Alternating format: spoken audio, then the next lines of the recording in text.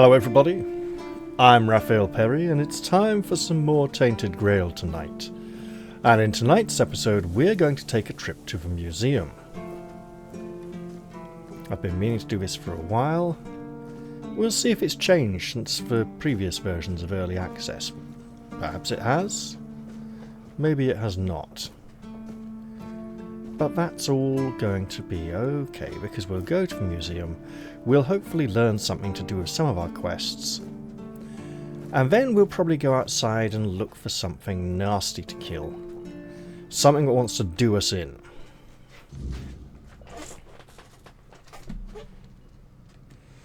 And as usual, I have to reapply walk mode after every area transition.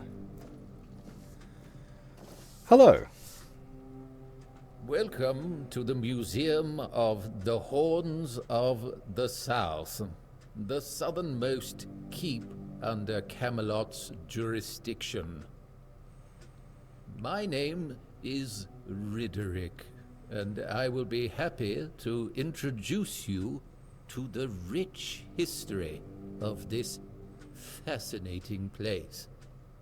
A history that began 623 years ago with the first keeper, Sewell Firstfoot. I'd also like to bring your attention to our numerous exhibits that are, as I like to say, inanimate witnesses of the history of the Horns of the South. Well, Rydderic, tell me about the museum. It began in the year 542. It is the crowning achievement of a group of keepers who were fascinated with Sewell Firstfoot.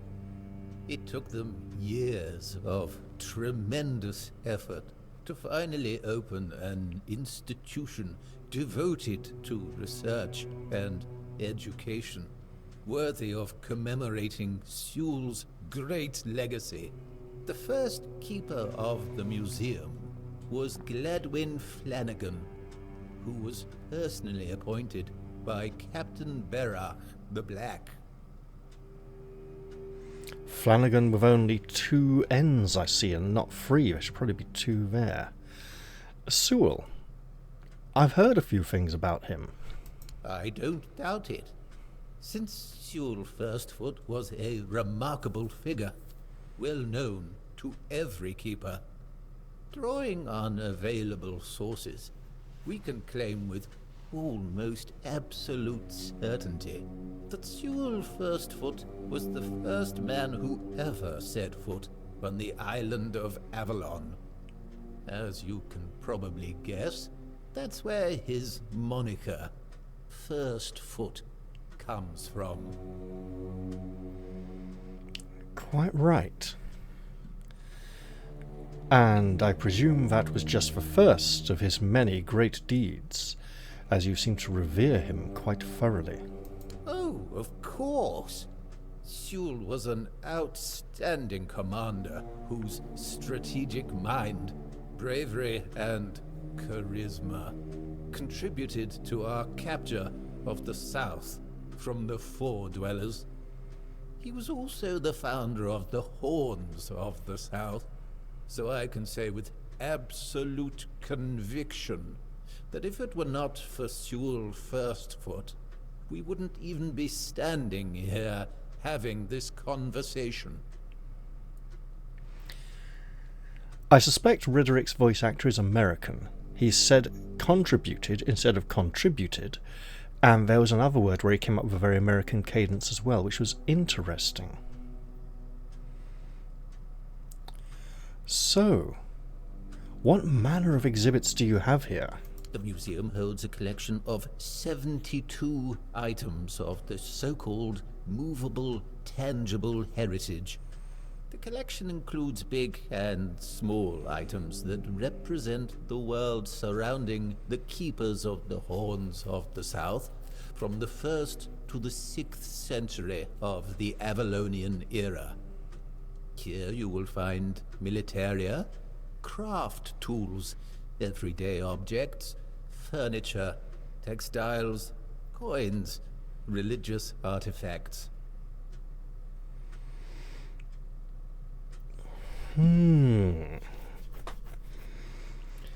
You notice we have a lot of options to be bored and say we don't want to put up with any more of this, as if he's supposed to be a very boring character. So far he's not overly boring, although he does belabor the point. And the way he often pauses, it's as if he's trying to dredge up the words from long forgotten memory, but also as if he's using a set standard script that he has practiced to give what he considers the perfect performance should anyone actually care to come into the museum and ask to see the exhibits and speak to him about them. Now that's interesting. Which exhibits do you find the most remarkable? Well, I'd say all exhibits are worthy of your attention, but I could point you to the ones I personally think to be the most notable, or subjectively, of course, the most interesting. Those would be the items that used to belong to Sewell Firstfoot. We have his signal horn, and also his boots. Those boots were the first to touch Avalonian soil. What is also worth mentioning is the tableware used by King Arthur himself during his visit to the Horns of the South in the 15th year of the Avalonian era.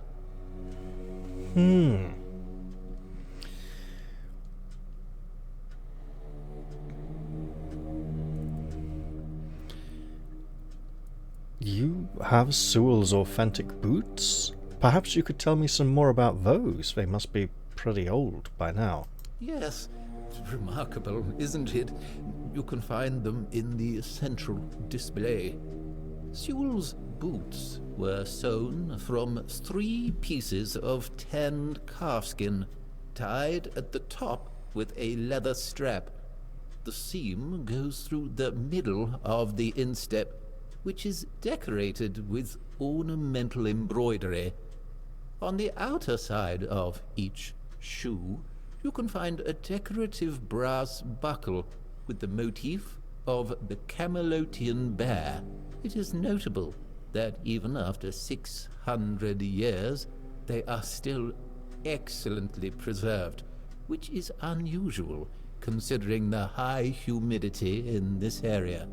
It means that even the keepers of that time must have realized the historical value of Sewell's boots, and therefore made sure to adequately preserve them. I see. And you have a signaling horn. That sounds interesting as well. It is indeed an interesting exhibit. The horn was used by Sewell during wartime, not only for signaling, but also for intimidation. It is 50 centimeters long and made of the horn of an ox. It is the color of yellowed bone, with some ash-gray discoloration on the narrow end. It has a brass mouthpiece and silver fittings on its wider side and at the middle. The shape of the fittings suggests that the horn was hanging on a leather strap, which unfortunately has not survived to this day. Yeah, it probably would hang on a strap. Tell me about the tableware the king himself used. It's a memento of the visit of the legendary ruler of Avalon. Impressive, isn't it? The tableware is made of tin coated with silver.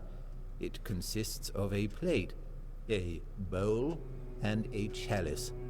The edges are decorated with the motifs of Camelot, a crown and a bear. However, those ornaments are of visibly low quality. That detail, and the fact that those are the only wares from that time that have survived to this day, leads us to conclude that this set was cast specifically for that occasion, and that it was finished by a person unfamiliar with this kind of craft, perhaps a blacksmith or an armorer. Oh yes, he said research instead of research. That was the other word that sounded American. Right. That's enough. I'd like to ask about something else.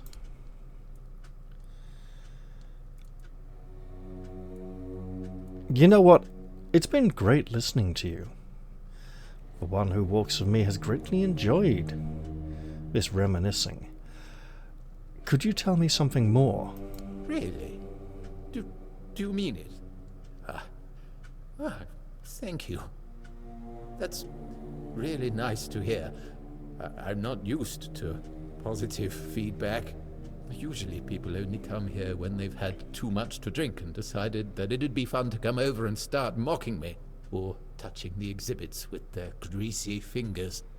The last person who seemed to actually be interested in the museum was Lady Elaine.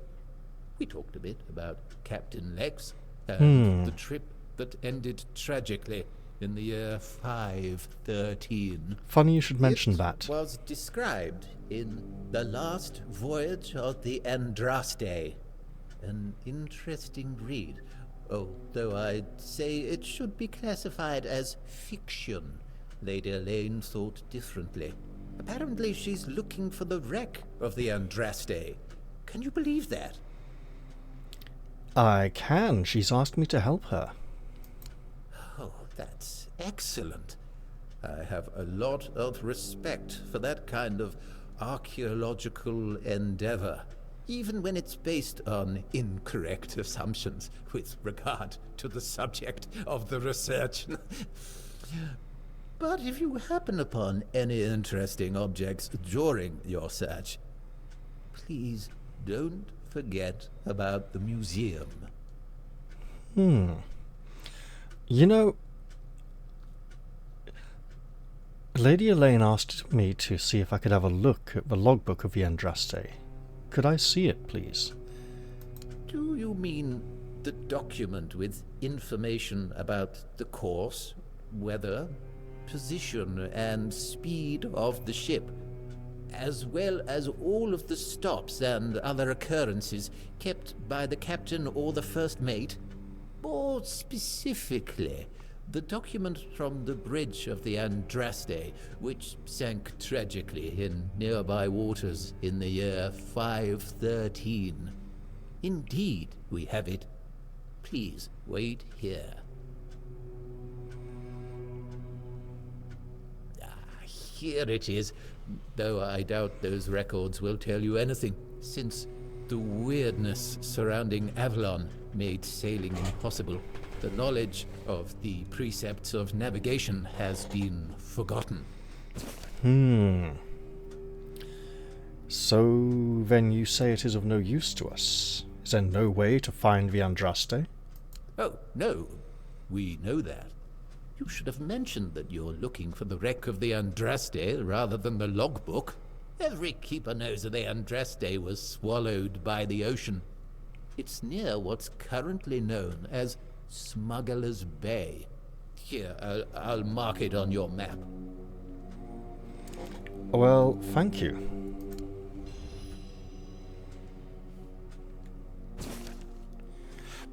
Now, what have we here? Andraste's logbook. Is he just going to let me keep this, or surely I should give it back at some point? 12th of Hawthorn Moon, 518. Helmsman Noll insists that he saw a dark shape under the water and a fin the size of a sail. If I find that he's been drinking at the helm, he will not escape the consequences. I'll keep my eyes peeled just in case. It's been nothing but drizzle since dawn, and the wind makes every raindrop sting like a pin.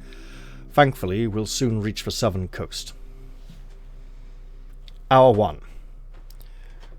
2.5 knots, course southwest, wind eastwards. Wind from the east, rather. Hour 2. Knots, 2 knots to the southwest, wind from the east.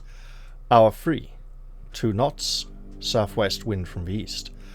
Hour 4, 1.5 knots, so slowing down. Southwest, wind from the northeast.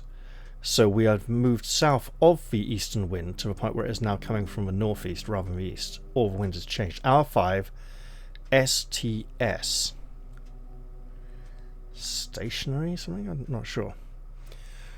13th of Hawthorn Moon, 518. The drizzle stopped some time in the night, and the dawn welcomed us with pleasant weather. No sails on the horizon except a few fishing boats near the horns of the south. We're headed towards the island asylum. It should be a short, peaceful journey. Hour 5, 2.5 knots, course eastwards now, instead of southeast. So why did they not head directly south? What were they going around? 3 knots to the east. Hour 7, knots, course, wind, just nothing. Did he give me 1 document or 2? Looks like 1.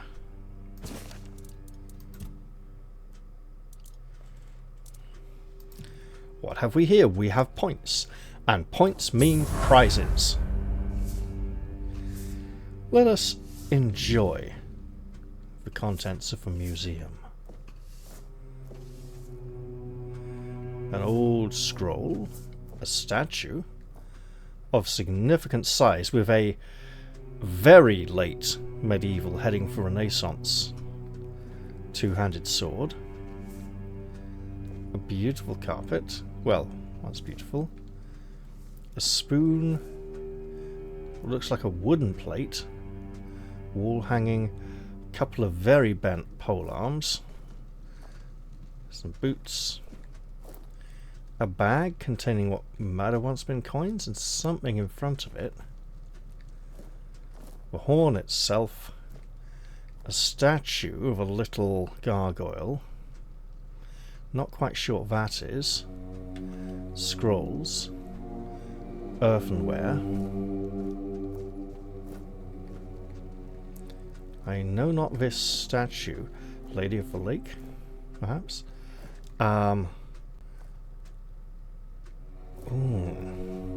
Looks very nautical.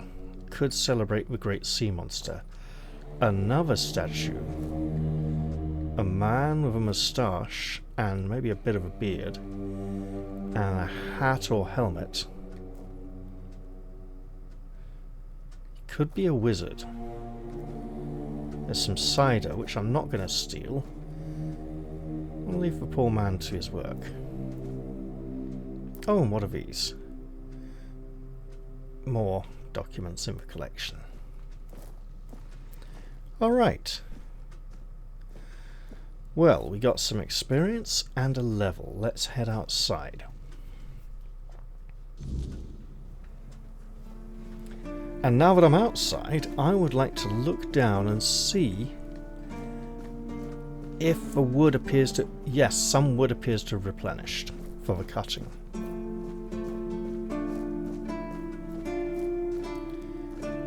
But I'm going to visit a few more places first. I think my goal should be to pace myself. Exploring the environs outside the keep will take some... Slow down. Time. And if I do everything in here first, then venturing back out and in will be very boring. But still, I'd like to visit the kitchen.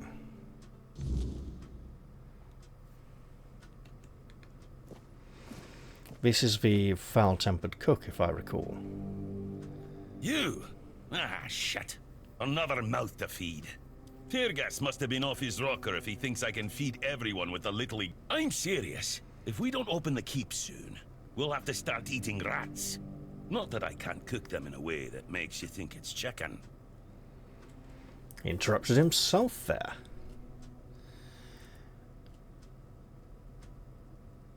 Are you always this angry? It's a good thing you didn't start with calm down, or I'd have shoved my cleaver up your arse.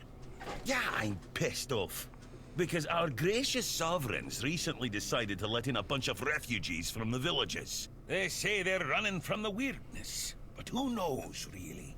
So now I have even more hungry mouths to feed. And since the captain ordered the letdown of our keep, the supplies are dwindling a lot faster than I'd like. Of course, I can make you 1,000 different dishes based on fish and crowds. But come on, even the keepers need some variety in their lives. Indeed.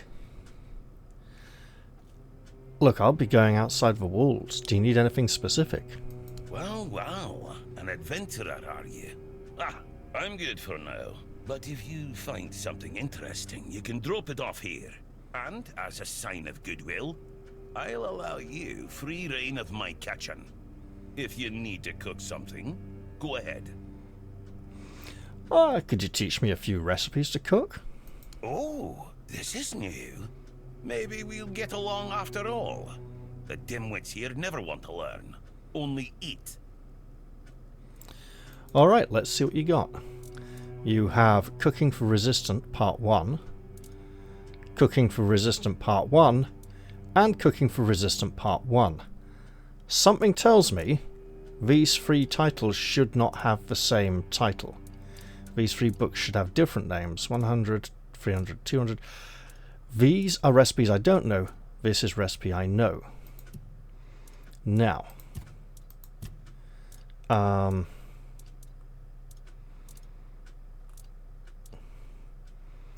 dog meat, tomato, garlic, potatoes. Okay, so I get some milk. I can do some more mashed potatoes. 7 potatoes. Okay. Let's buy some milk. All 4. And if we get some flour, sure. Groats. And oats, if I can find them again. Actually, some butter. Ooh, yeah. There we go. Well, I don't have that much. In fact, I barely have anything. That'll do, though. This way, I should be able to prepare myself some sustenance and improve my cooking skill. Because skill increases equate to experience points. So let's make some beggar's fare. Pretty well made, though. Onion buns, sure. And again, please. Then some mashed potatoes.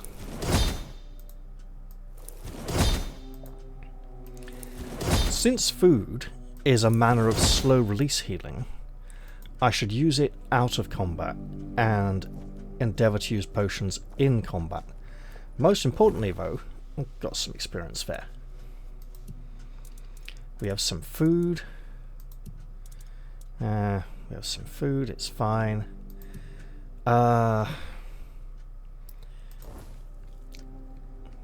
Let's go chop some wood and then level up.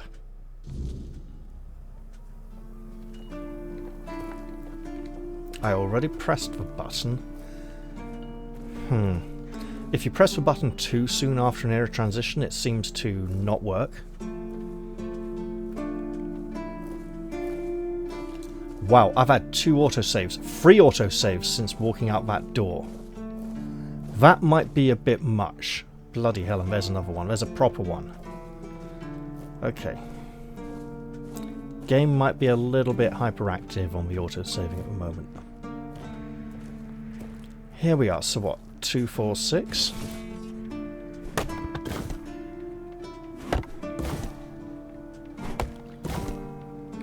There we go. That puts us on 28 wood. So we'll need another 22 for... so let's see. 4 days at the least.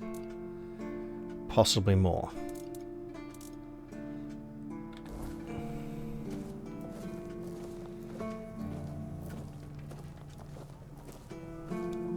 For now, though, we're heading off to level up.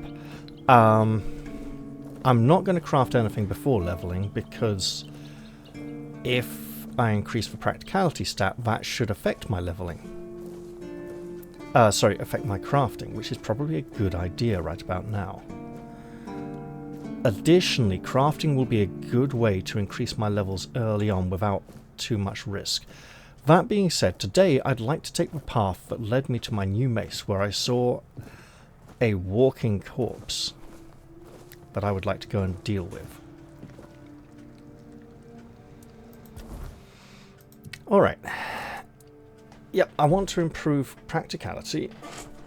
I need an endurance of 4 to get the magic cloak working. It would be nice at some point to get every ability score up to a 2. So far we have strength, endurance and practicality. Nothing in strength, 1 in endurance, 1 in practicality. That's okay.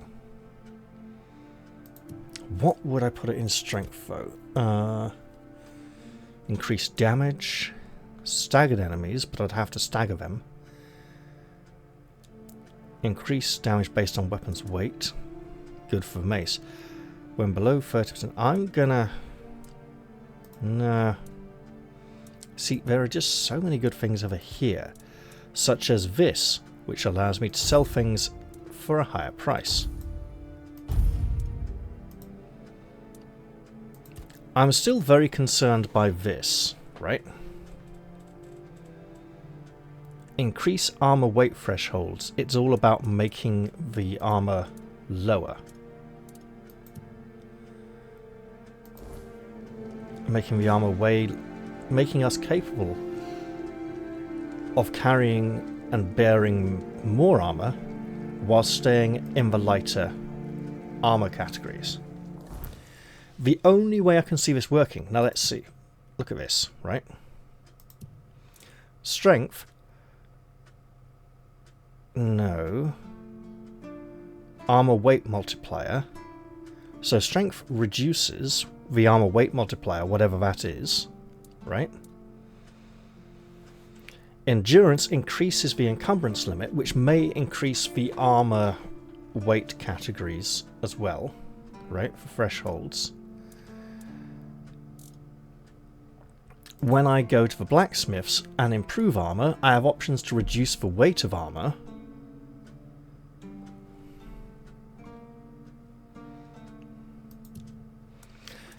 So the only reason I can see for reducing weight of armor is if you've built up some nice light and medium armor skills and you go into heavy armor and go, oh goodness, I'm not so good at this. I wish it was lighter so I could utilize my higher skills, instead of enjoying the ability to develop a new skill and gain experience points for that. Right, well, I have a dead man to go and see. Let's do that.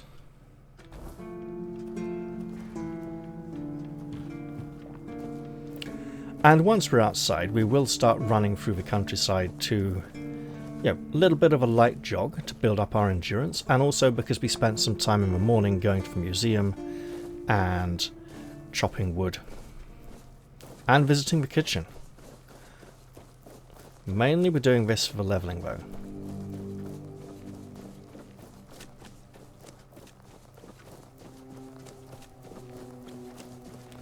What's this? Okay. There's a fellow over there we could probably fight as well, if he doesn't call all his mates. Let's do that. After picking some daffodils.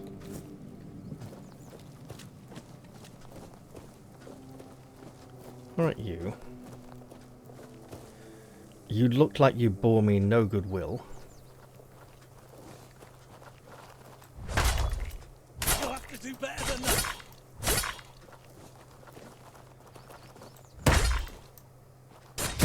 I don't like the fact we always do a heavy after Wait. Yeah. We seem to get locked into a heavy.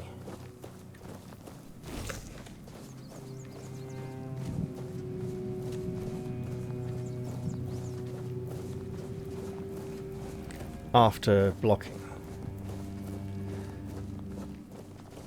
Now, we have had our first fight against a living man. Let's go fight a dead one.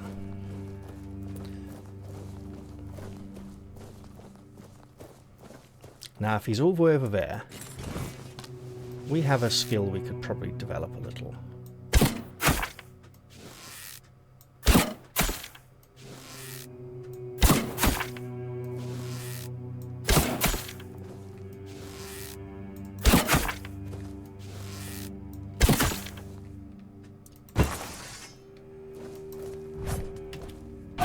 Oops, didn't mean to...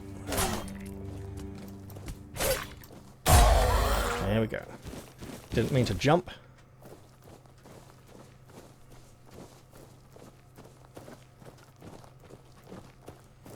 And he was milling around over here, where we have this, which we can dig up. Let's see what his fisherman's seal increases maximum stamina by 3.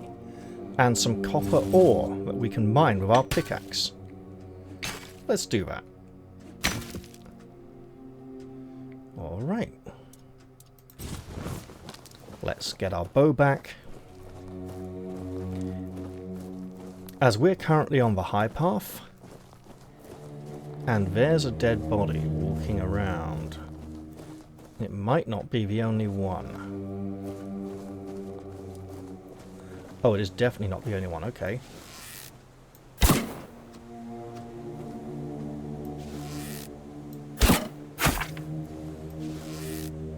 Drowns. This isn't The Witcher.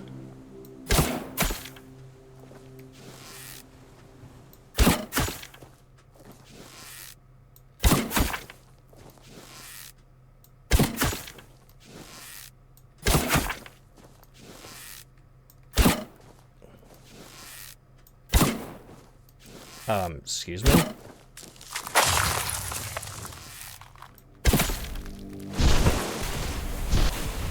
Alright.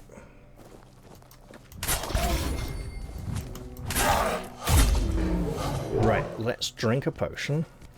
Add another. Oh god. And eat some food. Oh! Yes, I want to actually drink the potion.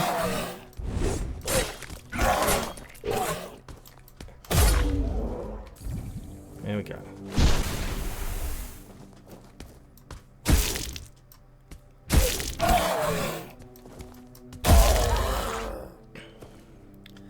Right, let's pick up this stuff. Probably took far more damage there than we needed to.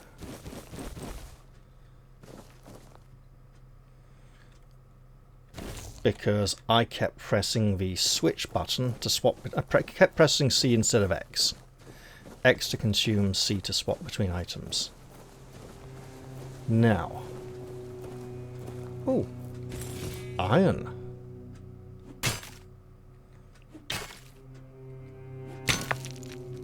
Okay.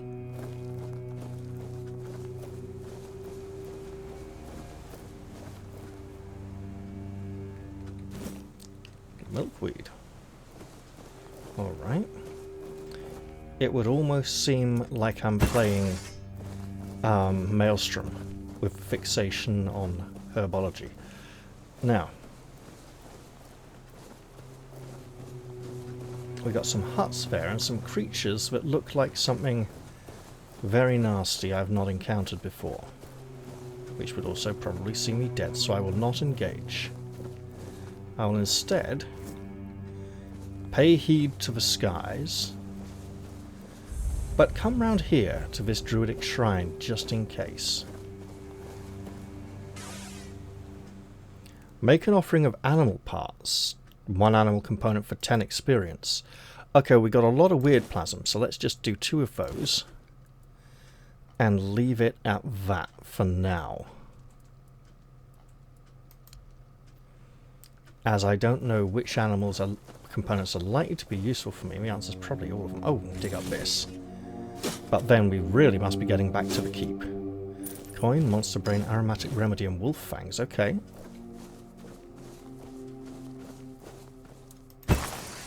Get our sword and shield ready in case things get dangerous. And then we'll sort of power walk up this slope a little. Ooh. And mine this. Never mind going back to the keep. There's valuable resources to be gathered. Now we can go back to the keep.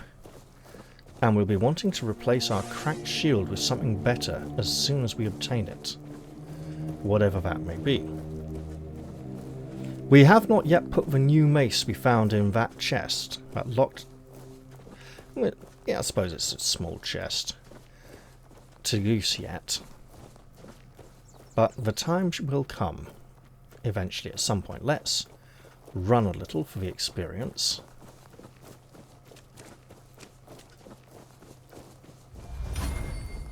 There we go. And now get back safely inside the walls. We'll walk through confidently and calmly instead of dashing through then slowing to a walk. He's gone to bed. Who else? We've leveled already, haven't we? Yes, good. We have many new exciting things.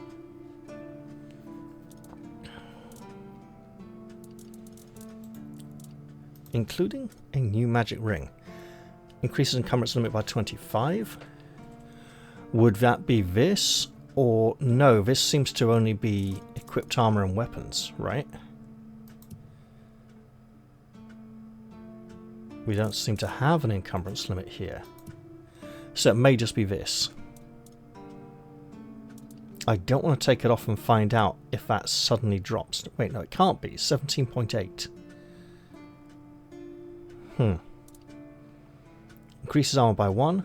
Very good. That's good for us.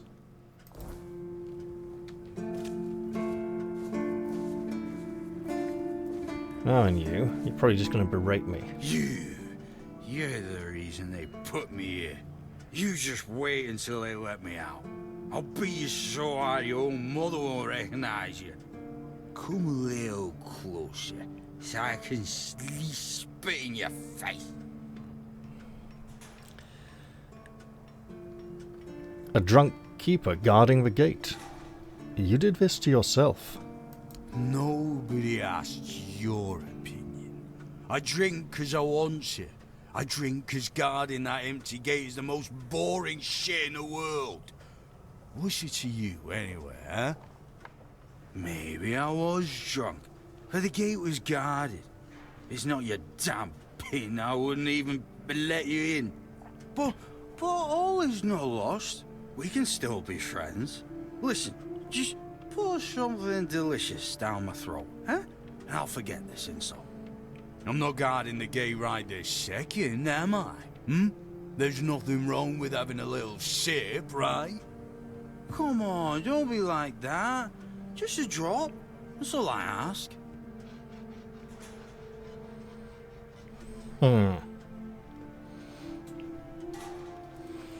You're right, you can't harm anyone here. Maybe I would give you some, but I don't have anything like that with me. Or forget the booze, probably forever. You've already drunk enough for a lifetime. I mean, that's probably true, to be honest. You're right, you can't harm anyone here.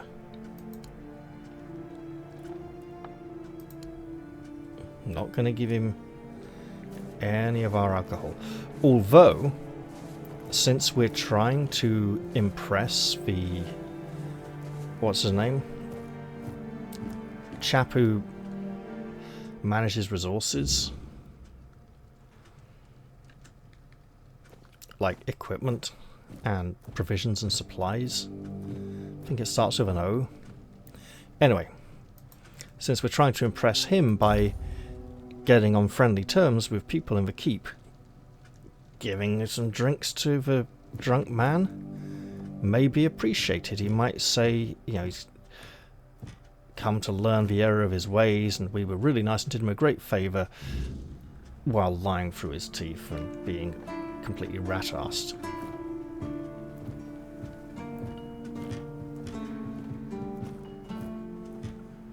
Now, did I gain anything of particular use to me? Rusty short sword. Some knackered clothes, so not really. But, okay.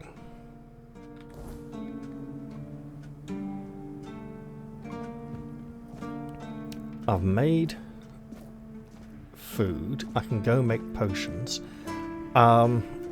Most of the early crafting recipes require wood, but let's see what I can make. Do I? Oh, you still have a book, but it's really expensive. Got a nice sword for sale here. Let's just give him this. He might be able to melt it down and salvage something from it.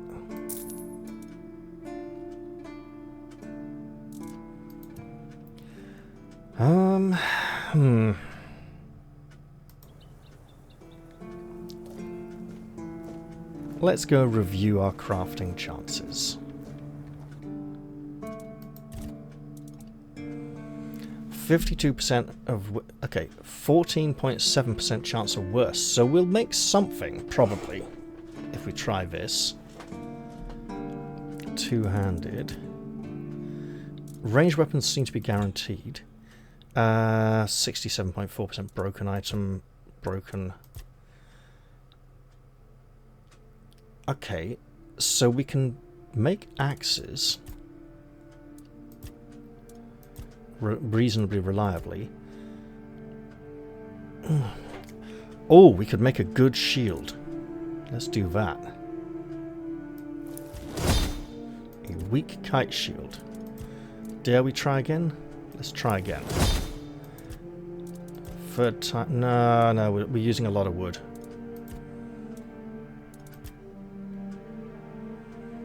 Oh, okay. Make a poignard. That's not how you spell it, by the way. Iron throwing knives. You know what? They all need wood, though. Damn it. Could make some more lockpicks. There we go. Armor weight reduction, you see? Right here. Well, we gained experience for honing our craft. Twice, in fact.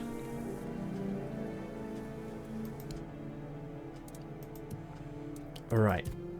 What do we got here? We can part with this, because we can't even use this yet. And it says weak, so it's going to be of reduced capability. We can make a better one at some point, but it's still an improvement on what we got. I'm going to try to sell the non-metallic stuff to Orla.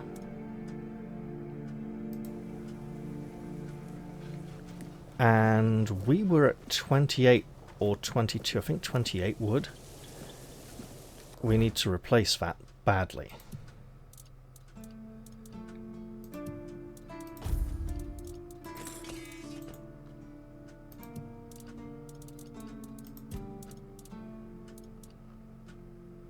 Down to 16.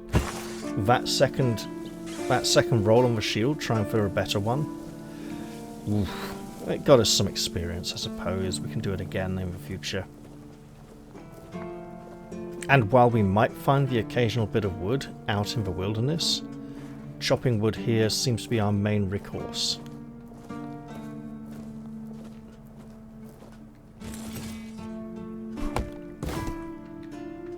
So this will take us up to what, 26?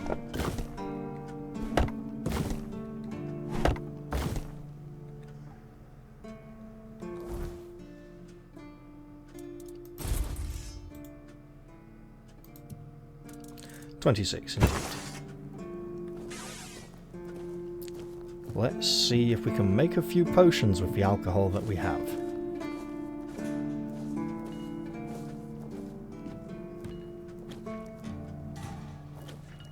And then I should probably be thinking of rounding up the episode, actually.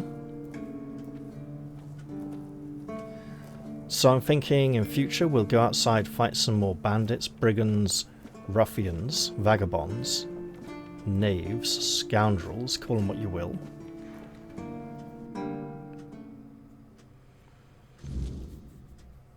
At some point go down to the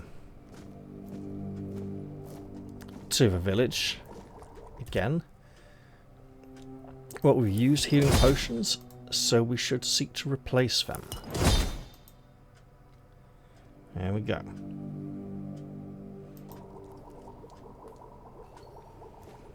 I can probably purchase good ingredients for potions here.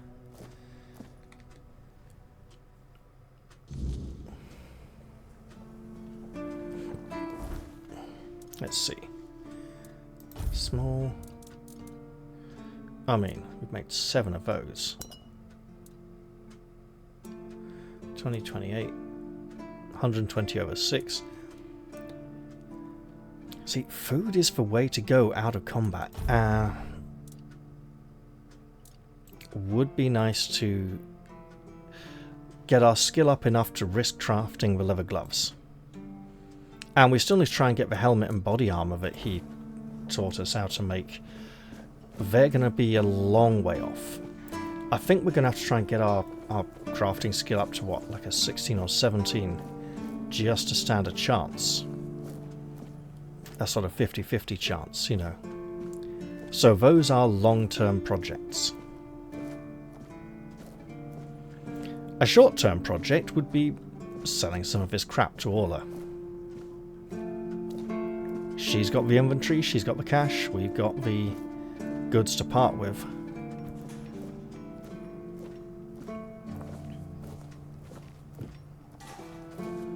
And here we are, nearly at her stall.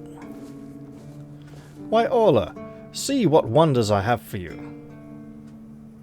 You won't believe how valuable these things are, by which I mean, you won't believe how they are considered valuable.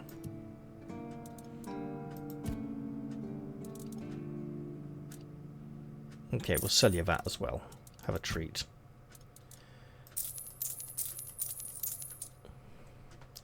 That's a downgrade, so let's not use that. Or those. Let's not keep ragged trousers.